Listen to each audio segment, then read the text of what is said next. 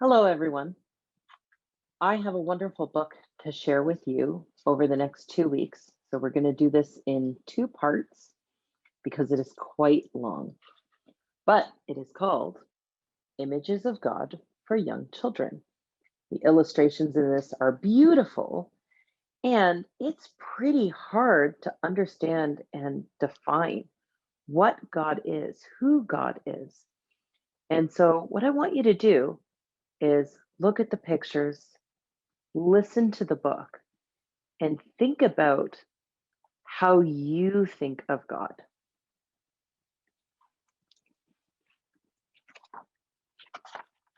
So we're just going to do the first half this week. God is breath. God is the strong wind that shapes the earth and sea and makes the stars shine to the farthest edge of the heavens. God is the breath of all living creatures, the breeze that stirs their hearts, that refreshes their souls, and renews their spirits. Can you see the boat? God is light. God is light so dazzling that our eyes cannot look at it. But the beauty of each day, the rays of the sun, the kindness and the joy that light up a face, the hope and the happiness that brighten our days, all these reflect a little of God's light. God is night. Night can be scary sometimes because you can't see anything and because you can lose your way. Night requires you to be patient and to wait, believing that the day will always come again. God is the Word. Because God speaks to us, we can hear the words of love that they whisper even in the silence. Because God speaks, we are able to speak with the Spirit. There are lots of words here: peace, light, secret, tears, mercy, bread, wisdom, path, night, promise. A lot of these words sound very familiar. Let's read on and see why.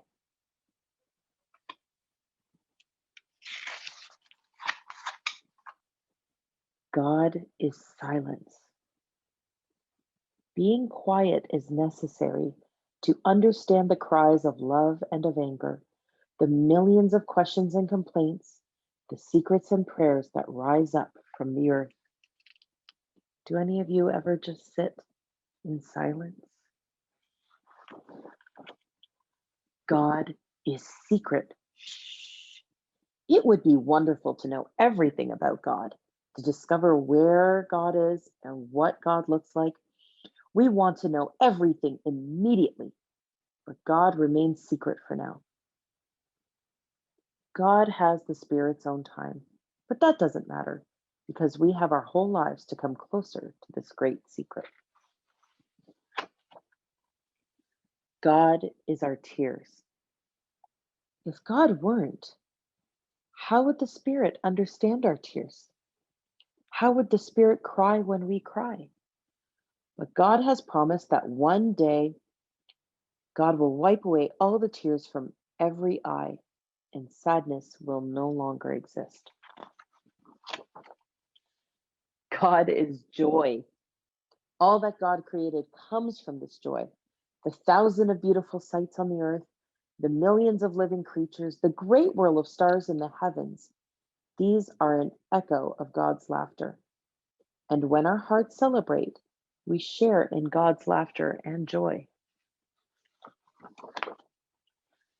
God is a spring. No one can live without water. As our bodies are thirsty for water, our souls are thirsty for love and for beauty and for goodness, for justice and for truth. God is all of these and more. They are the source of all these things, and they invite us to drink from this spring. You see that? Who's drinking? There's a young girl, but the young girl actually has a little bird. God is a rock. We talked about this last week. Rocks are hard, they are solid, they support anything that is built on them. A house, a strong castle. You can stay standing on a rock without ever fearing that you will sink down. Is that what God is to you? God is a stream, like a stream that tumbles joyously down the mountain, like the blood that flows in our veins. The flood of God's love satisfies our thirst to love and to be loved. God is the root. In God, we hold the earth and touch the heavens. Through God, we draw in the sap of life so that our souls bloom with unseen light. That sure is an odd and interesting tree. Why do you think the illustrator drew this tree this way? What do you notice is different between the roots and the branches? God is wind. The wind is free, it blows where it wants. So does the Spirit of God. The wind sweeps up seeds that are waiting to sprout wherever they fall, all over the earth. In the same way, God sows their word in the heart of each person. God is a path. When everything looks too difficult, when we don't know where to go anymore, when it seems we stand before a closed gate or on the bank of a river that is impossible to cross, we need to call on God to help us go forward. When we understand that their love awaits us, we won't be mistaken about the path. God is fire. When we open up our hearts and our lives to God, we receive a fire that gives light and warmth, but also a fire that burns. And that can be a little scary. But God's fire doesn't destroy anything except what is bad, failed, broken, or rotten.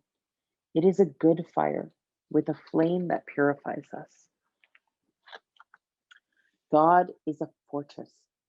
Everyone who takes shelter in God is able to resist attacks from those who do wrong and bring fear. God protects them day after day behind the fortress of his love. I'm going to wind up editing this. Let's go back. Signal. God is a fortress. Everyone who takes shelter in God is able to resist attacks from those who do wrong and bring fear. God protects them day after day behind the fortress of the Spirit's love. God is a promise. Because of this, we can be sure that life is stronger than death and that love is stronger than hate. Because of God, we can believe that goodness will one day fill the earth and that there will no longer be any wickedness because they have promised this. And we can help make this promise come true a little each day. God is strength. There is no love stronger than God's, no gentleness or tenderness more powerful than God's. All that God has given us, forgiveness, life, joy, comes from their great strength.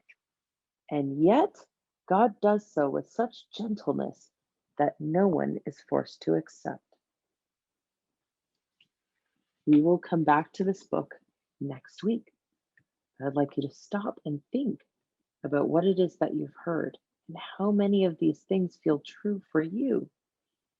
Is this what God is to you? Has this opened up your eyes to new possibilities for what God is to you or what you think God might be? Stop and think about it and discuss this with members of your family or your friends and think about what God is and who God is in your life.